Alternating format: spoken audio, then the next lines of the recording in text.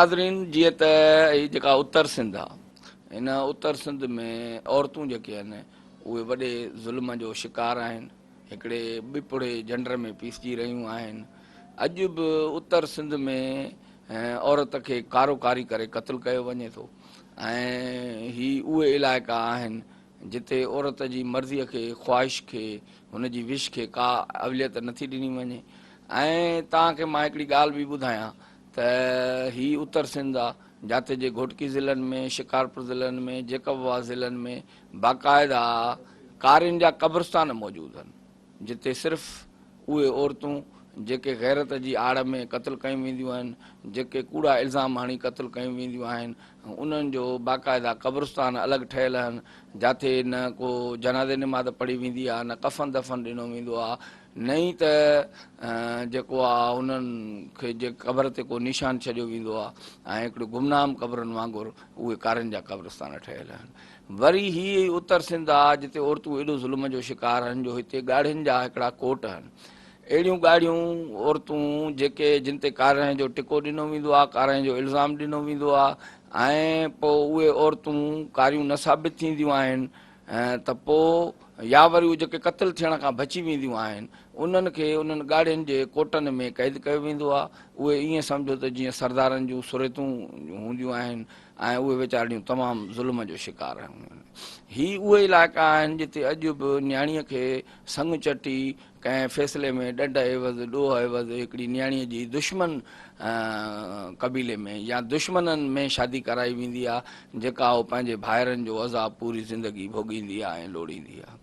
ही उहे इलाइक़ा आहिनि जिते सिंधू दरिया मां केतिरनि ई औरतुनि जा लाश लुढ़ंदा ईंदा आहिनि ऐं का ख़बर न पवंदी आहे, उन्हनि जी का सुञाण न हूंदी आहे, उन्हनि जी का शनाख़्त न हूंदी आहे, उन्हनि जी का आइडेंटिटी न हूंदी आहे ऐं उन्हनि जो को कसूर न हूंदो आहे। सवनि जे तइदाद में अॼु ॾींहं ताईं सखर बैराज आहे, उते कंहिं न कंहिं गेट ते लाश जेके आहिनि मिलंदा आहिनि। उहे बि औरतूं उहे हूंदियूं आहिनि जिन खे क़त्ल कयो वेंदो आहे ऐं हुननि जो लाश खे उछलायो वेंदो आहे, जिन जी का एफ.आई.आर. दाख़िल न थींदी आहे, जंहिंजो को केस दाख़िल न थींदो आहे। सो इन ई सूरत हाल खे ॾिसंदे उत्तर सिंध में औरतुनि जे आज़ादीअ जे लाइ जदोजहद कंदड़ जेके फीमेल लीडर्स आहिनि, जेके वुमेन राइट्स एक्टिविस्ट आहिनि, उहे औरतूं पंहिंजो किरदारु अदा कनि थियूं। ख़ासि तौर ते 8 मार्च जे ॾिहाड़े ते औरतुनि जी आज़ादी, औरतुनि जी पाण भराइप, औरतुनि जी ख़ुदि मुख़्तियारी, औरतुनि जो क़त्लेआम बंदि थियण जे लाइ न सिर्फ़ु हिते सखर में हिकिड़ी मशल बरदार रैली कढी वई, पर उन सां गॾोगॾु कशमोर, कंदकोट इन इलाइक़नि में वरी औरतुनि जो जेको आहे हिकिड़ो वॾो इज्तमा कोठायो वियो, जिते इन ॾींहं खे मल्हायो वियो। हाणे इलाइक़ा ही आहिनि जिते औरतुनि सां ज़ुल्म थिए थो, त जेको हिते एहतिजाज थिए थो या जेको हिते मुज़ाहिरो थिए थो या जेको हिते उन जो जेको निमाउ थिए थो ताक़त जो, त उहो वॾी अहमियत रखे थो।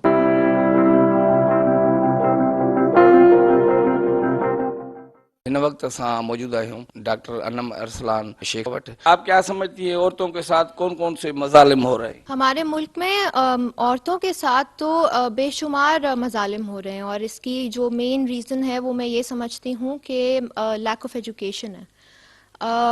मजालिम जो हैं ये लातादाद और बेशुमार हैं। इसमें आपके जो है हरासमेंट से लेके ऑनर किलिंग, और आपको लाइक प्रॉपर्टी आप अपनी ओन नहीं कर सकते हो, आपका राइट टू एजुकेशन नहीं है, अगर आप एजुकेशन अटेन भी कर लो उसके बाद आपको मतलब इक्वल पे आपको वो नहीं मिलती, जॉब्स नहीं मिलती। तो जॉब अपॉर्चुनिटीज से लेके बेसिक चीज़ों तक बहुत जगह औरतों के जो है वो हक जो है वो मारे जा रहे हैं। छोटी छोटी बच्चियों की भी शादी करा दी जाती है, उनको बेच दिया जाता है पैसों में, या फिर जिरगा होता है, वहाँ पे जुर्माने में अगर किसी ने कत्ल कर दिया तो फिर कातिल को जो है मकतूल के भाई को उसकी बहन कातिल की जो है दी जाती है।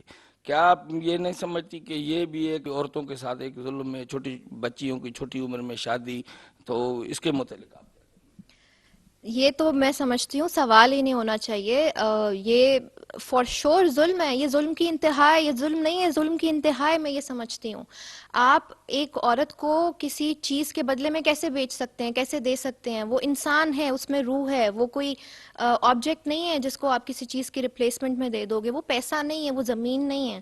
تو آپ ایک عورت کو ایسی چیزوں کے بدلے میں کیسے دے سکتے ہو؟ یہ تو انسان کو انسان نہ سمجھنے والی بات ہے. اور یہ بہت شرم کا اور افسوس کا مقام ہے ہمارے ملک کے لیے, ہماری سوسائٹی کے لیے, کہ ہمارے ملک میں اور ہماری سوسائٹی میں یہ چیز ایگزسٹ کرتی ہے. قانون بنے ہوئے ہیں عورتوں کے حقوق کے لیے, ان کے تحفظ کے لیے, لیکن وہ اس قانون کے بننے کا عورتوں کو کوئی خاص فائدہ نہیں ہو رہا ہے, فروٹفل کوئی رزلٹ نہیں مل رہا. عورتیں آواز ہی بلند نہیں کر رہی ہیں. اگر کوئی عورت آگے آتی ہے تو اس کو گھر والے روکتے ہیں, اس کو سماج ٹوکتا ہے, اس سے طرح طرح کے الٹے سیدھے سوالات پوچھے جاتے ہیں. تو آپ کیا سمجھتی ہیں کہ یہ کیسے قانون ہونا چاہیے, اور قانونوں پہ امپلیمنٹ کیوں نہیں ہو رہا؟ آپ نے اس سے پہلے مجھ سے ایک سوال کیا تھا جس میں آپ نے کہا تھا کہ یہ میل شوونسٹک سوسائٹی ہے. تو ڈیفینیٹلی ایک پیٹریارکل سوسائٹی ہے, آدمیوں کی سوسائٹی ہے. لیکن میں ساتھ ساتھ یہ بھی سمجھتی ہوں کہ یہ کلچر جو ہے یہ اب چینج ہو رہا ہے. جو میں نے پچھلے 3-4 سالوں میں محسوس کیا ہے کہ ایک سب لمنل موومنٹ چلی ہے, اور مجھے لگتا ہے یہ اور اب انکریز ہوئے گی. عورتوں نے آواز اٹھانا شروع کر دی ہے, ان کی آواز اب سنی بھی جا رہی ہے. اور یہ تبدیلی میں جو جس طرح سے میں فورسی کر رہی ہوں, یہ انشاءاللہ پاکستان میں ضرور آئے گی. پہلے جب عورتوں کی آواز دبا دی جاتی تھی, عورت اپنے حق کے لیے تھوڑی سی بھی آواز اٹھانے کی کوشش کرتی تھی تو بہت ہش ہش کر دیا جاتا تھا کہ نہیں چپ, نہیں چپ. اب میڈیا پاورفل ہو گیا اور زیادہ, اور میں سمجھتی ہوں عورتیں بھی اور زیادہ پاورفل ہو گئی ہیں. اور اسپیشلی یہ جو می ٹو موومنٹ چلی ہے اس کے بعد سے عورتیں آگے آتی ہیں, اپنے ایشوز کے بارے میں ڈسکس کرتی ہیں. جہاں تک آپ کا سوال اس متعلق ہے کہ ان کو اگر وہ اپنی آواز اٹھا بھی لیں تو ان کو ان کا انصاف نہیں ملتا, یہ بات سچ ہے کہ ان کو ان کا انصاف نہیں ملتا. اور وہ اس لیے نہیں ملتا کہ at the end of the day یہ ایک پیٹریارکل سوسائٹی ہے, زیادہ تر آدمی رن کر رہے ہیں سسٹم کو. تو جب تک عورتیں بھی شانہ بشانہ آدمیوں کے ساتھ ساتھ آگے سسٹم کا حصہ نہیں بنیں گے, اور اس سارے عمل میں, اس سارے پروسیس میں کافی سال لگیں گے. تبدیلی وہ ایک شروع تو ہو چکی ہے, لیکن یہ ایک بہت لمبا پروسیس ہے جو میں دیکھ رہی ہوں. جب تک عورتیں اس سسٹم کا حصہ نہیں آ جائیں گی اور عورتیں ساتھ مل کے ایک دوسرے کا ساتھ نہیں دیں گی, ایک دوسرے کی مدد نہیں کریں گی, تو وہ اس لیول تک نہیں پہنچ سکیں گی. ابھی تو وہ انیشیٹ ہوا ہے, آواز بلند ہوئی ہے, اب انصاف ملنا وہ کافی لمبی کہانی ہے. یہ جو ہراسمنٹ کے واقعات ہوتے ہیں, عورتیں تعلیمی اداروں میں پڑھتی ہیں, وہاں انہیں پروفیسرز کی جو مارکس کے لیے ہراس کیا جاتا ہے, یا کوئی جاب کرتی ہے تو وہاں پہ اسے آفس میں ہراس کیا جاتا ہے, اور یعنی یہ چیزیں رک نہیں رہی ہیں, ان کے لیے بھی قانون بھی بنائے گئے ہیں. تو آپ کیا سمجھتی ہیں کہ یہ جو ہراسمنٹ کے واقعات ہیں ان کو کم کرنے کے لیے یا ان کو ریڈیوس کرنے کے لیے, ان کا زیرو سائز کرنے کے لیے کیا اقدامات اٹھانے چاہیے؟ یہ ساری جو چیز آپ نے بیان کی ہے اس میں ایک پازیٹیو اینگل میں یہ ہائی لائٹ کرنا چاہوں گی کہ اب ایٹ لیسٹ لوگ ان چیزوں کے بارے میں بات تو کرتے ہیں. ہراسمنٹ عورتوں کے ساتھ تو کافی عرصے سے چلی آ رہی ہے پاکستان میں, اور کیونکہ آواز بہت زیادہ دبا دی جاتی ہے اس لیے وہ جو ہے بیچاری چھپ کر کے پہلے چلی جاتی تھی, گھر پہ بیٹھ جاتی تھی. لیکن اب عورت آواز اٹھاتی ہے, اور یہ بہت بہت اچھا چینج ہے میں سمجھتی ہوں. اب عورت آواز اٹھاتی ہے اپنی, اور ہراسمنٹ جو ہے نہیں ہونی چاہیے. قانون بھی ہیں, قوانین ہیں, لیکن ان پہ امپلیمنٹیشن نہیں ہے. لیکن اب تھوڑا چینج آیا ہے, تھوڑا چینج آیا کیونکہ اب دیکھیں میڈیا کا زمانہ ہے. جس چیز کو میڈیا ہائپ مل جائے, میڈیا اٹینشن مل جائے, تو لوگ اس پہ شور مچاتے ہیں, لوگ اس چیز کی طرف متوجہ ہوتے ہیں, اور اس سے پھر ہمیں پازیٹیو آؤٹ کمز بھی کچھ کیسز میں مل رہے ہیں. لیکن یہی ایک آپ کہہ سکتے ہیں وہ تبدیلی کی لہر ہے جو آگے ایک بڑا چینج لائے گی. جتنی بھی عورتیں ہیں انہوں نے مختلف فورمز بنائے ہوئے ہیں اپنی آواز اٹھانے کے لیے اور عورتوں کو حقوق دلانے کے لیے, لیکن ایک قدامت پرست, تنگ نظر, چھوٹی سوچ والا ایک طبقہ ہے جو ان کو تنقید کا نشانہ بناتا ہے, اور عورتوں کے حقوق کے لیے جو عورتیں قائم کرتی ہیں ان پہ کرٹیسائز کی, ان کی کردار کشی کی جاتی ہے. یا یہ جو گورنمنٹ ہے, حکومت, آپ نے دیکھا ہوگا ٹویٹر پہ وغیرہ پہ ان کا IT ڈپارٹمنٹ بند, جیسے ہی کوئی عورت اینکر ہوتی ہے, ٹی وی پہ کوئی پروگرام کرتی ہے حکومت کے خلاف, تو ان کا باقاعدہ میڈیا سیل ایکٹیو ہو جاتا ہے اور اس پہ طرح طرح کے اس پہ جو ہماری لیڈی سیاستدان ہیں ان پہ بھی، اینکرز پہ بھی، ان کو یہ آپ نے کبھی دیکھا ہے؟ یہ آبویسلی ایگزسٹ کرتا ہے. یہ ساری ایک پاور ڈائنامکس ایک طرح کی. دیکھیں ایک سوسائٹی ہے، وہاں پہ ایک جینڈر اوپر آئے، کافی صدیوں سے، سالوں سے ایک جینڈر اوپر آئے، اور ایک جینڈر وہ ہے جو دبا ہوا تھا، پسا ہوا تھا، اور اب وہ اپنی آواز اٹھانے کی کوشش کر رہا ہے. تو ایک پاور امبیلنس تھا ایک طرح سے، اور ایک جو جینڈر سپریس تھا اب وہ اپنے حقوق مانگنے کی کوشش کر رہا ہے. تو ظاہر ہے وہ کیٹیگری جس کو ان کے حقوق دبنے سے فائدہ ہو رہا تھا، اب جب وہ اپنے حق مانگیں گے واپس، ان کو تھوڑی تو مرچی لگے گی اس بات سے. عورتوں کی ملکیت کے حوالے سے جو عورتوں کے حق ہوتے ہیں یا ملکیت میں ان کا جائیداد میں حصہ ہوتا ہے وہ دیتے ہی نہیں ہیں، یا بھائی کھا جاتے ہیں ان کے، یا ان کا باپ بھی اپنی بیٹیوں کو، کیونکہ وہ کہتے ہیں پرایا دھن ہوتا ہے اس کی وجہ سے وہ خود پاورفل نہیں ہونے یا اپنے پیروں پہ کھڑی نہ ہونے کے، اپنا پیسہ نہ ہونے کی وجہ سے ان کو وہاں پہ تانے ان کے بھی سہنے پڑتے ہیں سسرال میں، اور ان کی اپنی ملکیت نے. ابھی کورٹ نے بھی پاس کیا ہے کہ ہر حالت میں عورتوں کو ان کا حق جو ہے جائیداد میں سے ملے. آپ اس چیز پہ کیا کہیں؟ دیکھیں ایک چیز ہوتی ہے جو آپ صحیح سمجھتے ہیں، اور ایک چیز وہ ہوتی ہے جو میں صحیح سمجھتی ہوں، اور پھر تیسری چیز ہوتی ہے حق کی بات، وہ بات جو خدا نے کی ہو. جو حق اللہ تعالیٰ نے عورت کو 1400 سال پہلے، جب ہمارے آخری نبی کے تھرو یہ کنوے ہو چکا ہے، 1400 سال پہلے وومن، ایک عورت 1400 سال پہلے اتنی امپاور ہو چکی ہے کہ وہ اپنی پراپرٹی اپنے نام پہ کر سکتی ہے، وہ بزنس خود کر سکتی ہے. تو آج کا انسان اور آج کا مسلمان، آج کا پاکستانی کون ہوتا ہے اسے روکنے والا؟ بات صرف اتنی ہے، کون ہوتا ہے وہ اسے روکنے والا؟ یہ غلط ہے، اور یہ نہ صرف غلط ہے، یہ گناہ ہے.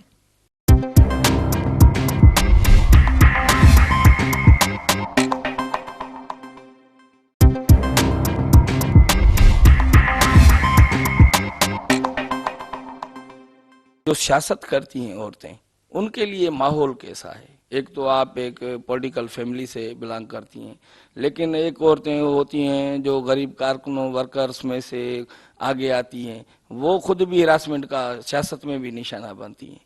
تو آپ ان کے لیے ماحول کیسا دیکھ رہی ہیں؟ ہراسمنٹ جو ہے وہ ہر پروفیشن میں ایگزسٹ کرتی ہے، صرف سیاست میں نہیں. سیاست میں تھوڑی سی مختلف اس وجہ سے ہے کہ سیاست میں جنرلی پاور پلے بہت زیادہ ہے، باقی پروفیشنز کے کمپیریزن میں پاور پلے بہت زیادہ ہے، اور پوچھ تاچھ کم ہے، کیونکہ کوئی ریگولیٹری اتھارٹیز نہیں. اب جیسے آپ دیکھیں کسی کوئی ڈاکٹر ہے، وہ کسی ہسپتال میں کام کر رہا ہے، یا کوئی ٹیچر ہے کسی اسکول میں کام کر رہا ہے، تو کسی بندے کو جا کے وہ بول سکتا ہے نا، کسی ہائر اتھارٹی کو، کہ اس بندے نے مجھے ہراس کرنے کی کوشش کی ہے. اب بات کرتے ہیں ہم سیاست کی، تو یہ نارمل فیلڈ سے زیادہ میل ڈومینیٹڈ ہے. اب ظاہر ہے جہاں جس ملک میں آدمی عورت کو سمجھتا ہی اپنی ملکیت ہے، پھر اوپر سے آ بھی گئے ہم سیاست جیسے پروفیشن میں جہاں گیم ہی ساری پاور کی ہے، تو وہاں تو وہ عورت کو کیسے برداشت کرے گا؟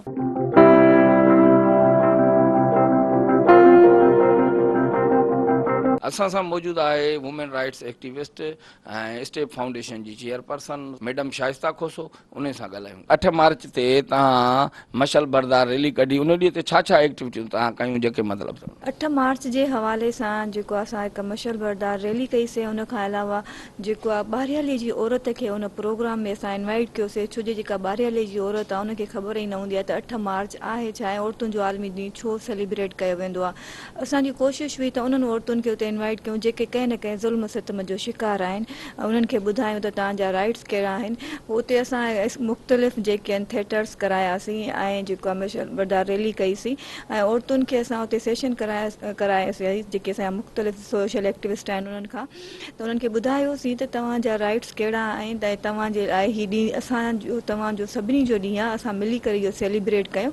ऐं असां हिकिड़ो पूरी दुनिया खे मैसेज ॾिनो आहे त सखर जी जेका औरत आहे उहा बि हिकु मज़बूत ऐं बहादुर औरत आहे उहा बि पंहिंजे हर मैदान में पंहिंजो पाण खे उन मनायो आहे, भले ॿारहें जी औरत हुजे चाहे शहर जी औरत हुजे। छो ॿारहें जी जेका औरत आहे जेको आहे घरनि जो कमु बि करे थी, ज़मीननि जो कमु करे थी, ऐं जेको आहे पंहिंजो माल जो कमु करे थी, बचिड़ा संभाले थी, उन खां पोइ बि वरी उन सां एॾा ज़ुल्म सितम थियनि था, ऐं उहे अची करे जॾहिं साम्हूं उनखे ख़बर पए थी त उनजा राइट्स आहिनि त उते पंहिंजी उहे स्टोरीज़ ॿुधाइनि थियूं त असां हिननि क्राइसिस मां गुज़रिया आहियूं। त असां अहिड़नि औरतुनि खे बि उते इनवाइट कयोसीं जेके पंहिंजे अची करे उते पंहिंजूं उन्हनि स्टोरीज़ ॿुधायूं त जेके कारोकारी या केसिस थियनि था।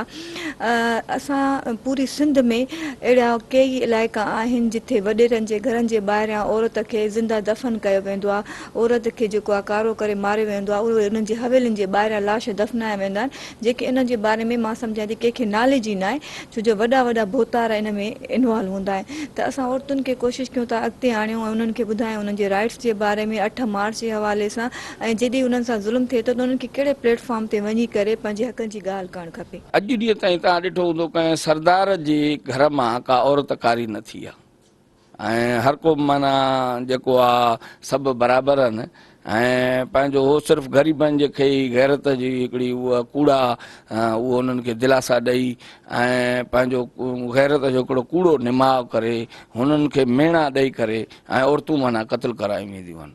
त तव्हां इन जे बारे में छा चवंदव त छा जेके आहिनि जेके सरदार आहिनि जेके वॾा घराणा आहिनि उहे औरतुनि सां हिकिड़ो ॿियो इम्तियाज़ी सलूक कनि था, पर जेके ॿिया ॻोठाणा आहिनि या जेके उन्हनि जी रिआया चइजे त उहे उन्हनि खे वर जे लाइ हिकिड़ा ॿिया कानून ठहियल आहिनि, इन जे मुतलिक़?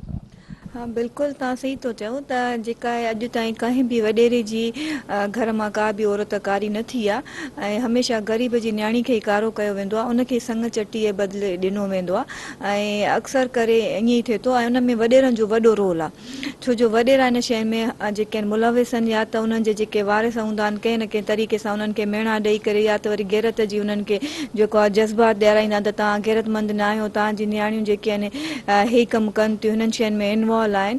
त उहो छा हूंदो आहे जॾहिं उहा औरत कारी थिए थी त पोइ उहो या त कंहिं वॾे बंगले ते मोकिले छॾिया वेंदा आहिनि, या कंहिं सरदार जे, या त वरी जॾहिं उहो उनजे जेके एवज़ो मिलंदो आहे, जेको एवज़ो वठंदा आहिनि उहो वॾेरो पाण खणंदो आहे। अक्सर करे असां ॾिठा आहिनि अहिड़ा कई फ़ैसिला थिया आहिनि जिथे जेको आहे कंहिं बि न्याणी खे अगरि कारो कयो वेंदो आहे। हिकिड़ो हिते ई सखर में जेको आहे सालियापट जे इलाइक़े में ॻोठु आहे, त उते 5 लख औरत जी क़ीमत आहे, त तक़रीबन उते ॿुधायो वेंदो आहे त का बि अहिड़ी औरत न आहे जंहिंखे कारो न कयो वियो हुजे। 5 लखनि जे एवज़े उनखे कारो करे उहे 5 लख वरिता वेंदा आहिनि। पोइ उहे पैसा जेको आहे वॾेरो पाण वटि रखंदो आहे, पोइ उनखे अगरि दिलि चवंदी त वारसनि खे ॾींदो, न त न ॾींदो। छा कारियुनि जा क़ब्रिस्तान बि मौजूदु आहिनि जिते सिर्फ़ु कारियूं औरतूं दफ़न कयूं वेंदियूं आहिनि, जिन खे हिकिड़ो मतिलबु दाग़ ॾिनो वेंदो आहे, जंहिंमें घुटकी शामिल आहे, जंहिंमें शिकारपुर शामिल आहे, जंहिंमें जेकबाबाद शामिल आहे? जी बिल्कुलु कारियुनि जा क़ब्रिस्तान मौजूदु आहिनि, छो जो असां वटि जेके आहिनि बिल पास थियनि था उन ते इम्प्लीमेंट नथी थिए,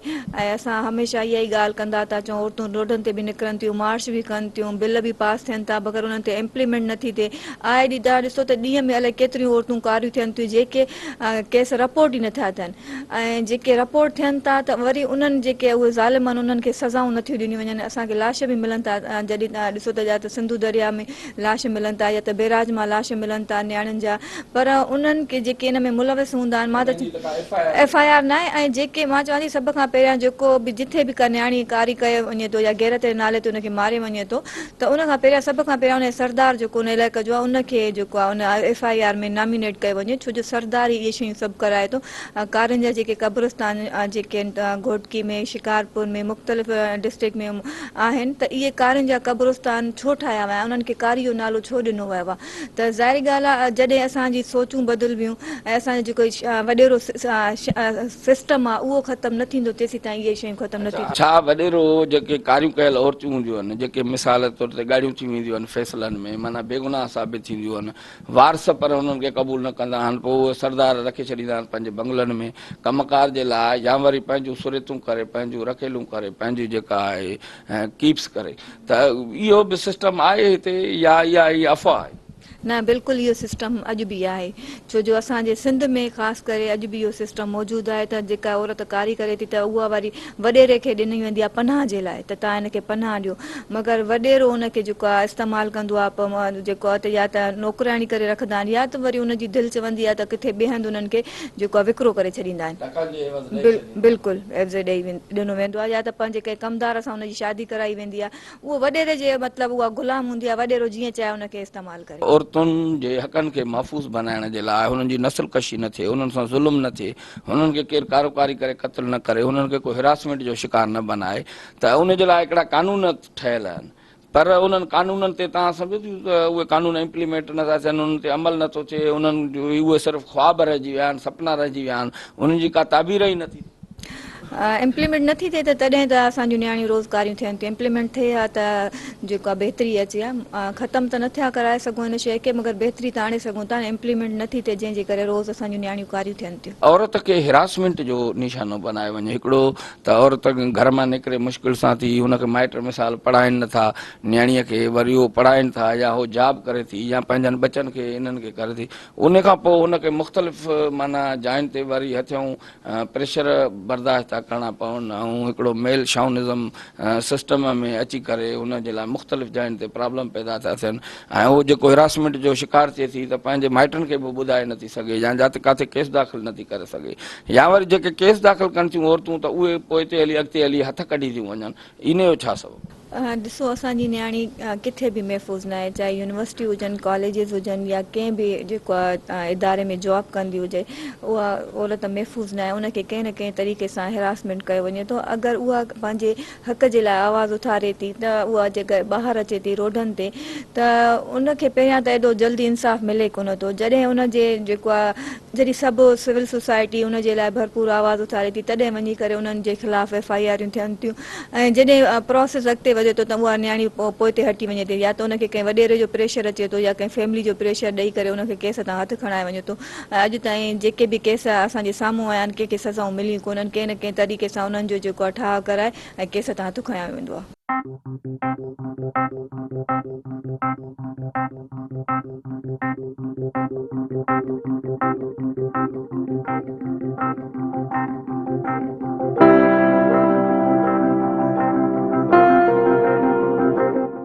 नाज़रीन, असां सां मौजूदु आहे सखर म्यूनिसिपल कॉर्पोरेशन जी अॻूणी काउंसलर ऐं औरतुनि जे हक़नि जे लाइ जदोजहद कंदड़ अज़रा जमाल। औरतुनि सां ज़ुल्म थिए थो पियो असांजे इलाइक़नि में, ख़ासि तौर ते कारोकारी, ख़ासि तौर ते नंढे हूंदे जी शादी, ख़ासि तौर ते वुमेन हरासमेंट, ऐं औरतुनि खे हर पासे खां मतिलबु ईअं सम्झो त दॿाए वञे थो, कुचलियो वञे थो, हुननि जो आवाज़ु उथणु नथो ॾिनो वञे, हुननि जी आज़ादी सलब कई वञे थी, इन जे मुतलिक़ तव्हां छा चओ? ॾिसो, जेके हिन महिल असांजो मुआशिरो स्पेशली हूअं त पूरे पाकिस्तान में इहो हले थो, पर असां पंहिंजे सिंध जी ॻाल्हि कंदासीं त सिंध में औरत खे न पढ़ण जी आज़ादी आहे, न पंहिंजी मर्ज़ी सां काॾे अची वञी सघे थी, ऐं कोई औरत अगरि बदकिस्मती सां पढ़ी थी वञे, पंहिंजे हक़नि लाइ आवाज़ थी उथारे, त मुआशिरे में हुनखे ग़लति वर्ड यूज़ करे सॾींदा आहिनि त हे सही न आहे, फलाण न आहे। ऐं मां सम्झां थी त चाहे कारोकारी हुजे, नंढी उमिरि जी शादी हुजे, जेसि ताईं ॾोह करण वारे खे सज़ा न मिलंदी, इहे कमु ईअं हलंदो रहंदो। ऐं ॿ टिनि खे जॾहिं इबरतनाक सज़ा मिलंदी न, त मां सम्झां थी त कुझु न कुझु हिन ते असरु पवंदो। हाणे तव्हां ॾिसो, नंढी नंढी उमिरि जा जेकी जिन्सी दरिंदगी जो त वाक़िया पेश था अचनि, छो उन्हनि खे सज़ा नथी मिले? तव्हां हुननि खे लटकायो फांसी ते, त ॾिसो पोइ कीअं हे अमल रुकिजेव थो। त असांजी बि हिकिड़ी मजबूरी हूंदी, हिकु अहिड़ो टाइम ईंदो आहे जॾहिं धुरियूं हूंदियूं आहिनि न, पाण में ठही वेंदियूं आहिनि, ऐं असां जेके वर्क कंदा आहियूं या जेके असां हुन लाइ अॻिते वधंदा आहियूं, पोइ असां बि मजबूर थी वेंदा आहियूं। ऐं मां हिन महिल इहे चवंदीमांसि, जेके बि असांजा कानून ठहियल आहिनि उन्हनि खे जेकी आहे एक्टिव कयो वञे ऐं उन्हनि ते अमल दरामद करायो वञे। औरतुनि जे लाइ जेके कानून ठाहियल आहिनि, तव्हां चओ था उहे इम्प्लीमेंट नथा थियनि, छा थियणु खपे त जीअं औरतुनि जी जान बचाए सघिजे, इहे कानून बि अमल दरामद कनि ऐं बाक़ाइदा औरत पंहिंजो आज़ादु, ख़ुशगवार ऐं सुठे तरीक़े सां लाइफ गुज़ारे? असल में जेके कानून असांजा ठाहिया आहिनि न, उन्हनि ते अमल दरामद आहे न। जॾहिं हुन कानून में ॾिसो, हुन में सज़ा बि हूंदी, हर शइ हूंदी, जॾहिं उन्हनि खे एक्टिव कयो वेंदो न, त मां सम्झां थी त कुझु न कुझु 100% त इफेक्ट न पवंदो।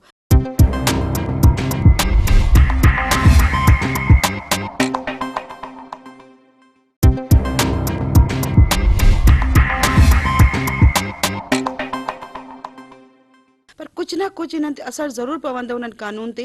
मुंहिंजी जेकी आहे पंहिंजी सिंध हुकूमत खां बि इहो ई आहे, ऐं मां सम्झां थी जेतिरा कानून असांजा सिंध हुकूमत ठाहिया आहिनि, मां कंहिं बि हुकूमत न ठाहिया आहिनि, पर बदकिस्मती असांजी इहा आहे त असां कानून ठाहे था छॾियूं पर उन्हनि ते असां एक्टिव करण ई नथा चाहियूं। मां नंढी मिसाल ॾियां त 2010 जी जेकी आहे हिकिड़ो कानून असांजो ठाहियो आहे हिरासमेंट जो, ठीकु आहे, पर मूंखे ॿुधायो त अञा ताईं कोई अहिड़ी असांजे इदारनि में अहिड़ी कमेटी ठहियूं आहिनि न, ऐं कोई ऑर्गेनाइज़ेशन कमु करणु अचे थी त उन्हनि खे जेकी मुश्किलात पेश थियूं अचनि उहे बि ॾिसण वारियूं आहिनि। त मुंहिंजी कोशिशि ऐं बि इहा ई हूंदी त असां जेकी सिंध में या पाकिस्तान में जेकी बि सुठो कमु करण वारी ख़वातीन आहिनि, हिकु मिली करे, चवंदा हिकु 11 हूंदा आहिनि, त मिली करे असां कमु कयूं त मथां कोई रिज़ल्ट मिले।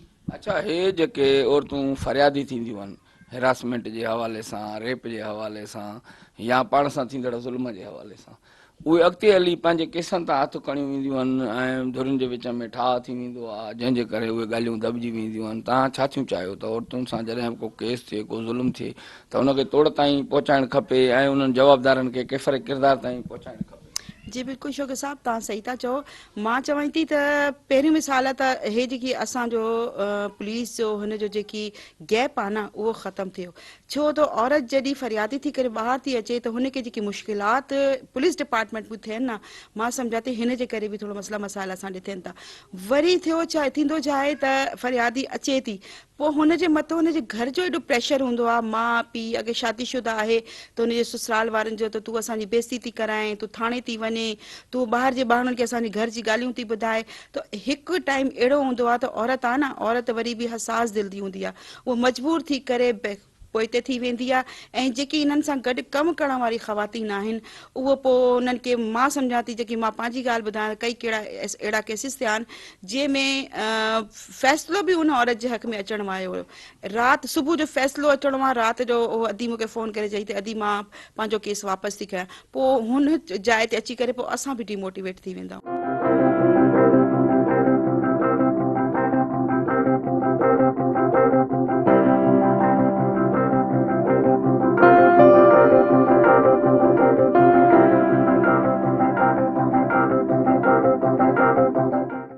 सबा भट्टी जेका PTI जी सखर ज़िले जी लीडर है, उन सां ॻाल्हायूं था। ये जो हमारे इलाके हैं, यहाँ पे औरतों पे कौन कौन से जुल्म हो रहे हैं? हमारा अंदरूनी सिंध इस टाइम बहुत ज़्यादा मुश्किलात का शिकार है। यहाँ पे कारोबारी दिन ब दिन बढ़ती जा रही है, बच्चियों का जो है वो रेप बढ़ता जा रहा है। ज़्यादातर जो भी केसेस आ रहे हैं स्कूल और कॉलेज जिसमें बच्चों को, लड़कियों को हरासमेंट किए जा रहे हैं, वो प्रिंसिपल के थ्रू हो या मार्क्स की बुनियाद पर हो, और हमारी बच्चियाँ जो हैं वो बिल्कुल भी अब सेफ नहीं है। तो हमारे जो अंदरूनी सिंध में है लाकानूनियत बढ़ती जा रही है, कोई कानून नहीं है। ये तो एक दो केसेस सामने आ रहे हैं, हज़ारों केसेस, हज़ारों की तादाद में केसेस जो हैं, हज़ारों घराने जो है वो खामोश हो जाते हैं, क्योंकि यहाँ की एक तहजीब है, ख़वातीन की बड़ी इज्जत है।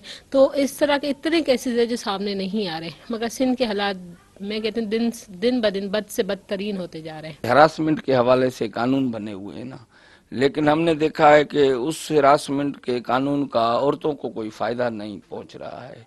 औरतों के साथ जुल्म बढ़ रहा है, जबर बढ़ रहा है, उन पे तशद्दुद बढ़ रहा है, उनके रास्ता रोका जा रहा है, वो खुल के अपनी जॉब्स नहीं कर रही हैं, खुल के तालीमी इदारों में पढ़ नहीं रही हैं, हर जगह पे उनको मुश्किलात का सामना है। तो क्या ये कानून इम्प्लीमेंट नहीं हो रहा है, उसका कोई फ़ायदा नहीं? मसला ये है कि कानून इम्प्लीमेंट नहीं हो रहा और हमारे लोगों तक अभी तक उस तरह अवेयरनेस नहीं है। कानून को बना के किताबों के नीचे रख दिया गया है। सिर्फ जब भी कोई इशू आता है तो आ जाते हैं कि कानून है और तंजीमें हैं। ये तंजीमों का काम है सिर्फ पैसा बटोरना।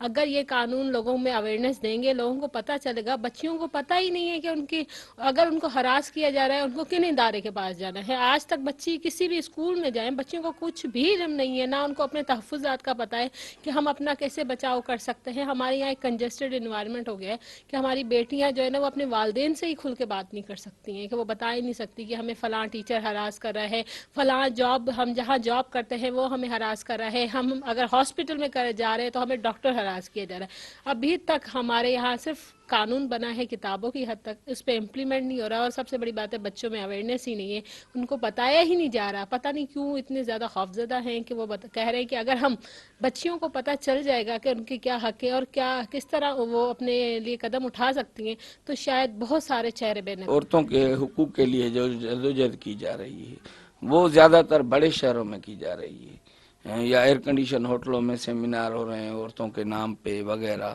تو آپ یہ سمجھتی ہیں کہ یہ جو اصل کام ہونا چاہیے وہ وہیں پہ ہونا چاہیے جہاں پہ عورتوں کی نسل کشی ہو رہی ہے، جہاں پہ عورتوں کو قتل کیا جا رہا ہے، جہاں پہ عورتوں کی خواہشوں کو کچلا جا رہا ہے، جہاں پہ عورتوں کو کاری کر کے اور قبرستانوں میں نامعلوم دفن کیا جا رہا ہے. تو جیسے کشمور ہو گیا، کندکوٹ ہو گیا، تو ان علاقوں میں جدوجہد کرنی چاہیے بجائے کہ ایئر کنڈیشن ہوٹلوں میں جس کا کوئی فائدہ نہیں ہے. دیکھیے ہمارے یہاں جو ہے نا ان کو فنڈز مل رہے ہیں، ایئر کنڈیشن پہ وہ ایک سیمینار کر کے لگا دیتے کہ ہم خواتین پہ کام کرے ہیں. عورت کو کیا فائدہ، ان کو تو خود پتہ نہیں ہے کہ کن کن علاقوں میں بچیوں پہ عورتوں پہ تشدد ہو رہے ہیں. جب تک آپ جو ہے گراس روٹ پہ لوگوں سے نہیں ملیں گے، ان جگہوں پہ نہیں جائیں گے، ان بوسیدہ علاقوں میں نہیں جائیں گے جہاں دن بدن وحشت بڑھتی جا رہی ہے کندکوٹ کشمور میں، آپ جب تک گراؤنڈ پہ نہیں اتریں گے تو یہ آپ کے سیمینار یا آپ کا بجٹ یا آپ کی سب چیز بیکار ہے.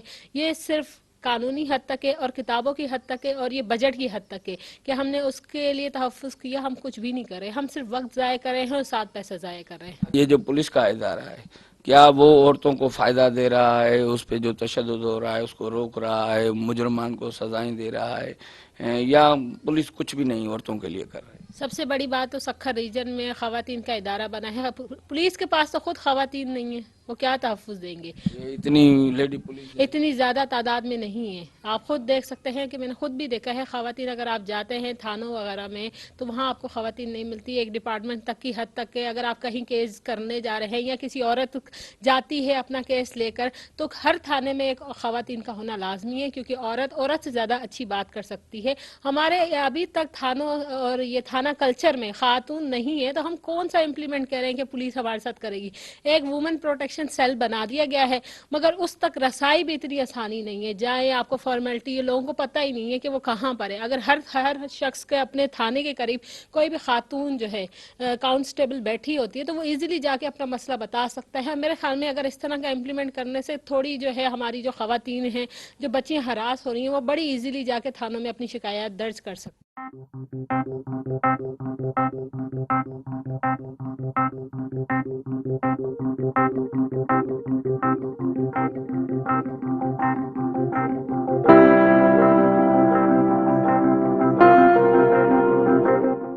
नाज़रीन, औरतुनि जे हक़नि जे लाइ ॻाल्हाइण लाइ असां वटि मौजूद आहे एडवोकेट फातिमा भट्टी. यहाँ पे जो अपर सिंध है कौन कौन से मसाइल हैं औरतों के साथ? عورتوں کے ساتھ تو بہت سارے مسائل ہیں. سب سے زیادہ جو مین کانسیپٹ چل رہا ہے وہ ہراسمنٹ کا ہے. کوئی بھی لڑکی اگر کسی college, university, school X Y Z کہیں پر بھی پڑھی ہے تو وہاں انہیں میل ٹیچرز ہراس کرتے ہیں، وہاں پر انہیں پرنسپل ہراس کر رہا ہے. مطلب اگر کوئی کہیں جاب بھی کری ہے تو وہاں وہ مینیجر یا باس کوئی نہ کوئی اسے ہراس کر رہا ہے. صحیح. اور سب سے مین چیز یہ ہے کہ گرلس کے لیے اتنے رائٹس بنے ہوئے ہیں. نہیں، آپ جو لائر ہیں، وکیل ہیں، تو آپ کو تو ہراسمنٹ کا نشانہ نہیں بنایا جاتا؟ نہیں، انہیں پتہ ہے نا کہ اسے خود اپنے حقوق پتہ ہے، یہ ہم اسے ہراس کیسے کریں. یہ کیس ٹھوک دے گی. ہاں، یہ کیس ٹھوک دے گی. یہ مین چیز ہے کہ وہ یہی کہتے ہیں کہ اگر ہم کسی وکیل کو کس پہ کیس ٹھوکا ہے آپ نے؟ نہیں، ابھی تک ایسی کوئی نوبت نہیں آئی، پر یہ ہے کہ ہراسمنٹ کے بہت سارے کیسز آتے ہیں ہمارے پاس. تو انہیں مطلب اگر کوئی لڑکی آ رہی ہے کہ بھئی یہ بندے ہمیں ہراس کر رہے ہیں تو اسی ٹائم ان کے گھر پہ جو ہے نا چلے جاتے ہیں، جا کر انہیں مار پیٹ کرتے ہیں. انہیں کہتے ہیں کہ اگر تم کورٹ گئی تو پھر ہم تمہیں جان سے مار دیں گے، ہم تمہارا خاندان ختم کر دیں گے، تمہارا گھر ختم کر دیں گے. جس کی وجہ سے جو ہے نا وہ اگر کیس فائل کرتے نا تو وہ پھر کورٹ میں پیش نہیں ہوتے کہ اگر ہم کورٹ میں پیش کریں گے تو ہم نے زیادہ تر لڑکیاں جو کیس فائل کرتی ہیں وہ ہاتھ کھینچ لیتی ہیں اپنے بڑوں کے دباؤ میں. یہ بھی ہے. پر یہ ہے دیکھیں، ہمارے کوئی بھی کیس فائل ہوتا ہے نا تو اس کی بھئی انکوائری وغیرہ کے لیے ڈی آئی جی آفس ہو گئے یا ایس ایس پی جو انکوائری آفیسرز ہوتے ہیں ان کو کہا جاتا ہے کہ آپ انکوائری کریں کہ یہ اس بات میں کتنی سچائی ہے. تو وہ جب انکوائری کرتے ہیں وہ پہلے دیکھتے ہیں لڑکی ہے، اچھا پھر کیا کیا تھا. مطلب وہ اس طرح ان سے انکوائری کرتے ہیں نا، وہ خود پریشان. نامناسب اس سے پہلے تو انہیں آفس میں جانے نہیں دیتے. اگر بائی چانس وہ چلی بھی جائیں اندر، بھئی وہ بتاتی ہیں کہ ہمیں اس کام کے لیے، تو وہ ان سے اس طرح کے کوسچن کرتے ہیں نا کہ وہ اپنے آپ کو جو ہے نا کمفرٹ نہیں سمجھ سکتی. تو وہ کہتی ہیں کہ بس وہ اسی ٹائم مطلب کہتے ہیں کہ ہم نے اب آگے نہیں جانا.